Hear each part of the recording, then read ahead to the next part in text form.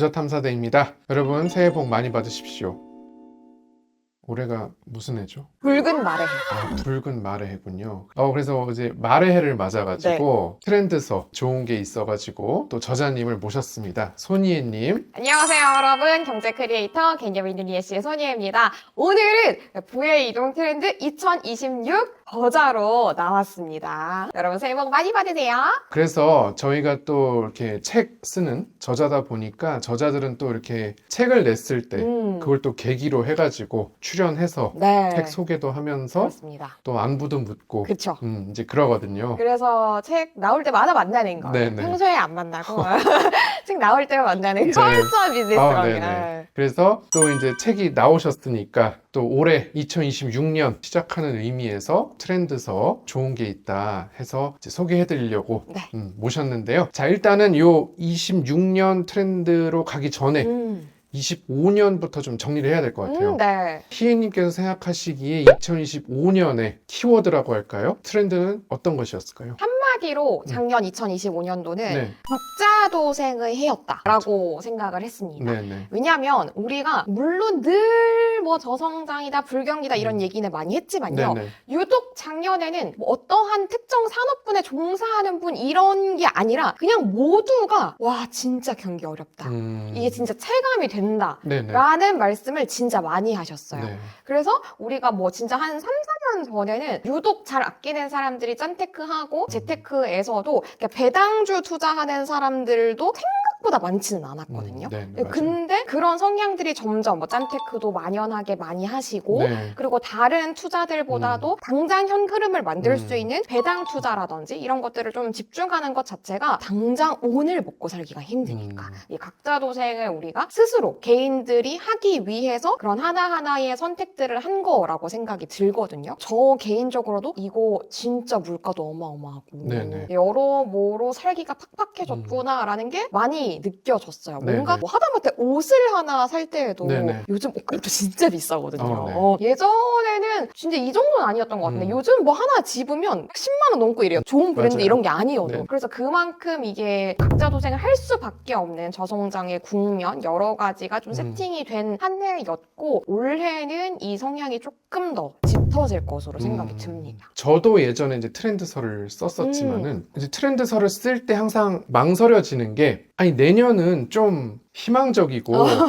좋은 얘기를 해야 사람들이 책도 많이 사고 맞아요. 희망을 얘기할 것 같은데 쓰려고 보니까 죄다 다 암울한 얘기밖에 없는데 그러면 이 암울한 얘기를 사람들이 막 살까 이런 생각을 했었거든요. 네. 자, 그러면은 일단 자 2026년 여기 이제 가장 짚어볼 만한 네. 경제 트렌드 이런 게 있다면요? 네, 저도 쓰면서 2026년 정말 전반적으로 쉽지 않겠다라는 생각을 하면서 네네. 썼어요. 네. 그래서 저 역시 여기 앞에 썼던 게 진짜 이게 생존, 전략 이런 네. 걸 좀 많이 강조를 했었거든요. 네네네. 그래서 우리가 생존하려면 뭘 알아야 될 거잖아요. 수능 칠 때에도 수능 뭐 트렌드 어떻게 된다 이런 것도 네네네. 있는데 네. 경제 트렌드라고 해서 우리가 뭐 가볍게 여기면 당연히 안 되는 거잖아요. 알아야 생존할 수 있는 겁니다. 네네. 그래서 일단 제가 첫 번째로 좀 강조하는 거는 아까도 말씀드렸던 저성장을 이 책에서 좀 많이 강조를 합니다. 네. 뭐 이 저성장 국면에 접어든 거는 그냥 우리나라만의 얘기는 아니잖아요. 네, 전 세계적으로 정말 다들 저성장 국면에 접어들어 있고 네네. 뭐 그렇다고 해서 2027년 되면 나아지냐?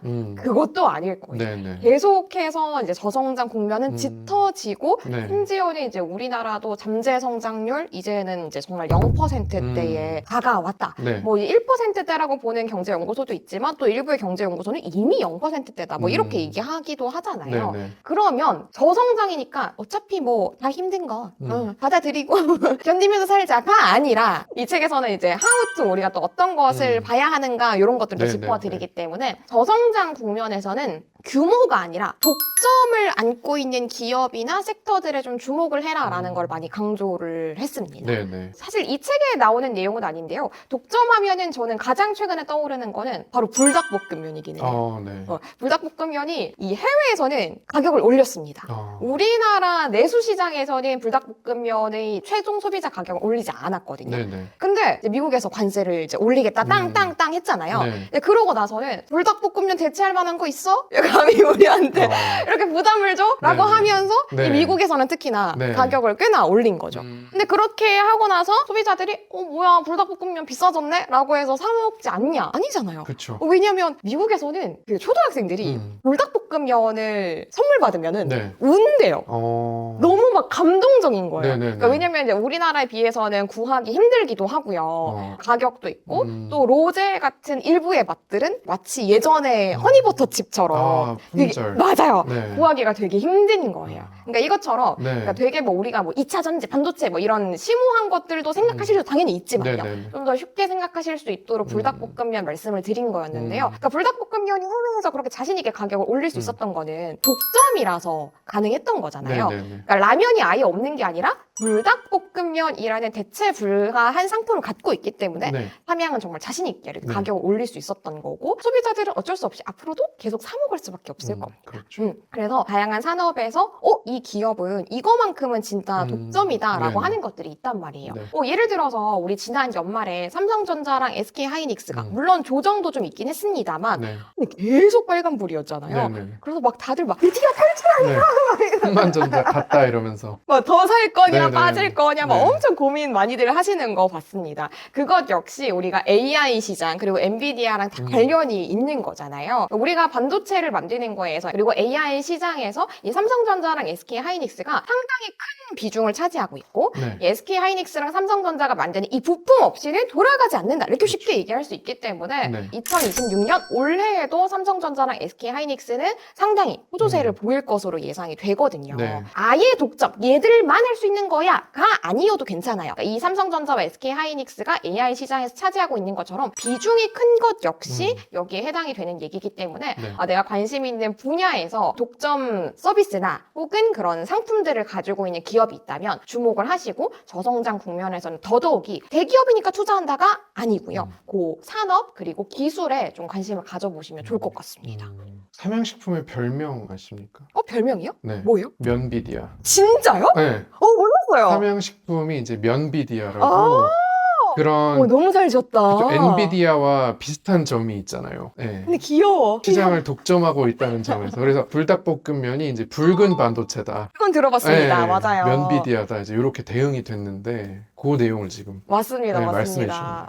실제로 음. 우리가 생각하는 것 이상으로 불닭볶음면이 해외에서 인기이기 때문에 그런 애들 한국에 데려오면은 막 난리 나죠. 미국 가기 싫다 그러겠네. 맞아요. 네. 오면은 어, 편의점만 매일 막 투어를 한대요. 환율도 좋잖아요. 그러니까요. 얼마나 싸겠어. 땡큐죠. 완전 땡큐죠. 야, 우리 라면 먹으러 한국 갈래? 약간 이런 거죠.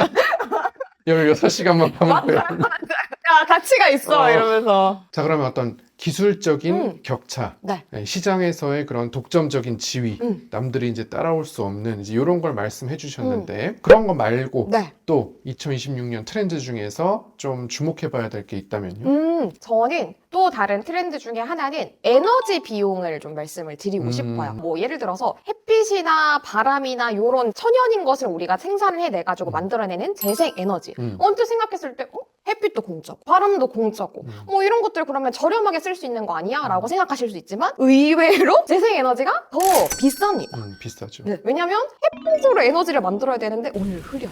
바람으로 에너지를 만들어야 되는데 오늘 바람 한 점 없네? 이러면은 이 간헐적인 특성 때문에 얻을 수 있는 에너지의 양이 크지 않을 수 있단 말이에요. 그리고 또 에너지 양이 많을 때는 되게 많기 때문에 이거를 이제 햇빛이 쫙 찔 때, 바람이 많이 불어올 때 이거를 또 저장을 해놔야 되는 거잖아요. 네. 그래서 저장에 관련된 것들 그리고 이거를 또 에너지화하는 것들 이런 시장에서 우리가 상당히 큰 이제 규모의 비용들이 만들어지는 거거든요. 네네. 그래서 여러 가지를 주목하시면 좋은데요. 저는 이 에너지 비용에서 SMR을 꼭 기억하시라 라고 원전. 말씀을 드리고 네네네. 싶습니다. 이게 소형 모듈 원전이잖아요. 네네. 그러니까 이게 사실 우리가 큰 원전 하면은 이거는 뭐 나중에 처리하기도 너무 골치 아프고 또 위험성도 있고 여러 가지 얘기가 되고 있는데 소형 모듈 원전 같은 경우에는 빌 게이츠 선생님 하면은 대부분이 이제 마이크로소프트만 많이 떠올리시지만 테라파워라고 아주 또 쏠쏠한 기업의 또 CEO로 계시잖아요. 네네. 그렇기 때문에 빌 게이츠 선생님이 심지어 한국에 나와가지고 이재명 대통령이랑 만나가지고 대화까지 나눌 만큼 SMR 부분에서 세계적으로 주목을 받고 있는 나라이기도 하고요. 네. 그리고 테라파워뿐만 아니라 SMR 관련해가지고 우리나라 이제 국정에서도 주목할 만한 기업들이 상당히 많아요. 뭐 대표적으로 두산 에너빌리티도 있고요. 네. 그러니까 이렇게